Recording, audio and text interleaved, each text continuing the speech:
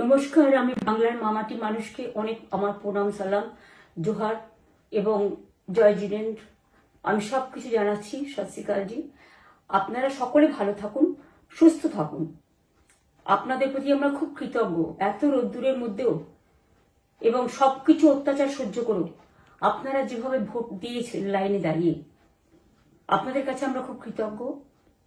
আমি আমার কর্মীদের কাছেও খুব কৃতজ্ঞ, যারা জীবনপণ লড়াই করে অনেক অত্যাচার সহ্য করে সেন্ট্রাল ফোর্স এবং এখানকার ফোর্স সবার যৌথ অত্যাচার সহ্য করেও টোটাল সমস্ত machinery government of India, prime minister, home minister থেকে শুরু করে পুরো গভর্নমেন্ট অফ ইন্ডিয়া এবং 19টা রাজ্যের বিজেপি নেতাদের এবং অর্থ ভাণ্ডার, শক্তির ভাণ্ডার, বন্দুকের ভাণ্ডার নিয়ে যারা বাংলার মানুষকে জব্দ করতে চেয়েছিলেন, জব্দ তারা কিন্তু ভোট বাক্সে হয়ে গেছে।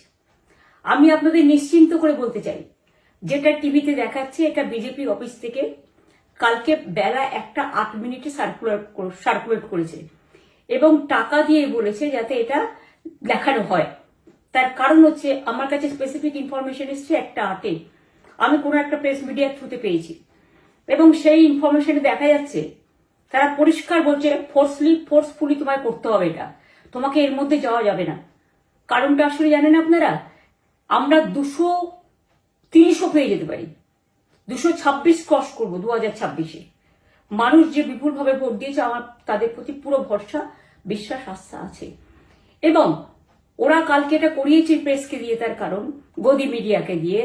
তার কারণ হচ্ছে, ওরা তো আপনারা জানেন ইডি, সিবিআই, ইনকাম ট্যাক্স সবাইকেই চমকায় এবং সেন্ট্রাল ফোর্সের ব্যবহার কাল করেছে এবং তাতে যে নতুন পুলিশগুলো অ্যাপয়েন্টমেন্ট হয়েছিল, যারা আমার হাতে ছিল না, তারা ভীষণ মেয়েদের মেরেছে, বাচ্চাদের মেরেছে। যে ভদ্রলোক উদয়নারায়ণপুরে ভোট দিতে গিয়ে মারা গিয়েছে, আমি তার শোকাহত পরিবারকে সমবেদনা জানাবার ভাষা আমার নেই, কিন্তু পরিবারটার পাশে আমরা থাকবো। এবং যে তৃণমূল কংগ্রেস কর্মীরা এমনকি সাংবাদিকদেরও মেরেছে, আমি যেখানে ছিলাম ভবানীপুরে চক্রবেড়িয়ায়, আমি বাচ্চাদেরও মেরেছে, মহিলাদেরও মেরেছে, একতরফা মেরেছে। যাদের তৃণমূল কংগ্রেসরা জীবন দিয়ে লড়াই করেছেন, মার খেয়েছেন, তবুও তারা এলাকা ছেড়ে যাননি। অনেককে ইচ্ছে করে অ্যারেস্টও করা হয়েছে যাতে তারা এজেন্ট হিসেবে কাজ করতে না পারে। বিশেষ করে ভাটপাড়া, জগদ্দল, নোয়াপাড়া, এরকম অনেকগুলো জায়গা আছে। এমনকি আমাদের এখানেও ভবানীপুরে সারা রাত ধরে রেড হয়েছে। আমি সারা রাত 2 দিন ধরে দুরাত ঘুমাইনি। তাই আপনাদের কাছে বলবো, ওটা বিজেপির চক্রান্ত এবং বিজেপি এত করেও মানুষের অধিকার থেকে মানুষকে বঞ্চিত করতে পারলো না এবং তাই বিজেপি শেষ খেলাটা খেলেছে প্রেসকে দিয়ে, যাতে উল্টো পাল্টা বলে আমাদের মনোবলটা, কর্মীদের ভেঙে যায়, মানুষের মনোবল ভেঙে যায়। শেয়ার বাজারে ধস নামবে আসল সত্যিটা বেরোলে। সেই জন্য শেয়ার মার্কেটকে সান্ত্বনা দিতে গিয়ে, এটা আমার কাছে স্পেসিফিক খবর আছে, এইটা করেছে। এবং আমি পরিষ্কার বলছি, 2016তেও সেম জিনিস হয়েছে, 2021এও সেম জিনিস হয়েছে। ওরা কিন্তু বারবার করে যা এক্সিস্ট পোল যা দেখিয়েছে, টোটালটাই দেখিয়েছে বিজেপির কথায়।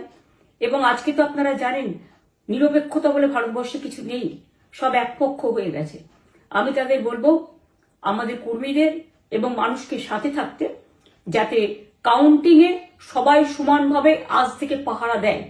দরকার হলে আমিও আমার এলাকায় পাহারা দিতে নামবো এবং আমি সব 294টির কেন্দ্রে, 294টা তৃণমূল প্রার্থী, দার্জিলিংয়েও যে 2টো প্রার্থী আছে অনেকদের, আমাদের সাথে জোট আছে, সবাইকে বলবো নিজেরা ক্যান্ডিডেটরা পাহারা দিন। দিনের বেলায় কর্মীদের রাখুন, রাতের বেলায় নিজেরা থাকুন, পাহারা দিন। আমি যদি পাহারা দিতে পারি, আপনারাও পাহারা দিতে পারেন। রাত জাগুন, সকালে এসে অন্য টিমকে হ্যান্ড ওভার করে তবে ঘুমবেন। তার কারণ এই সময় ওরা ইভিএম মেশিন যখন কাউন্টিং হল থেকে, যখন মানে যেখানে স্টোর করা হয়েছে সেখান থেকে যখন কাউন্টিং হলে নিয়ে যাবে, তখন কিন্তু মেশিন বদলে দেওয়ার সম্ভাবনা ওরা প্ল্যান করেছে। সুতরাং নজর রাখতে হবে যাতে কোনো রকম নেগলিজেন্স না হয়, অবহেলা করবেন না। আর কাউন্টিং এমন ভাবে করবেন, এমন যোগ্য লোককে দেবেন লাস্ট অব্দি। আমি যতক্ষণ প্রেস কনফারেন্স করে না বলবো, ততক্ষণ কেউ কাউন্টিং টেবিল ছাড়বেন না।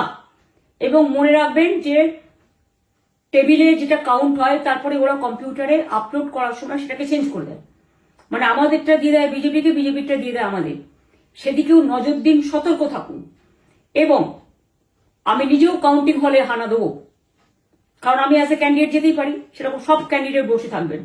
যখন দেখবেন আপনাকে ওয়াশরুমে যেতে হবে বা আপনাকে খাবার খেতে যেতে হবে, একদম স্ট্রেট মনে রাখবেন, একজনকে বসিয়ে বিশ্বস্ত, যাতে যাকে কেউ টাকা দিয়ে কিনতে না পারে, তবেই যাবেন, তাছাড়া যাবেন না, তাও 2 মিনিটের জন্য।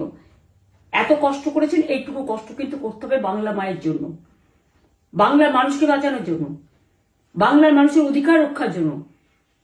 আর একটা কথা বলি, সবাই শান্ত থাকবেন, সংযত থাকবেন, দিদির প্রতি ভরসা রাখুন, বাংলার মানুষের প্রতি ভরসা রাখুন। আমাদের মামাটি মানুষের সরকারই আমরা গঠন করছি এবং করব। নিশ্চিন্তে থাকুন, নিশ্চিন্তে শান্তভাবে সংযতভাবে থাকুন।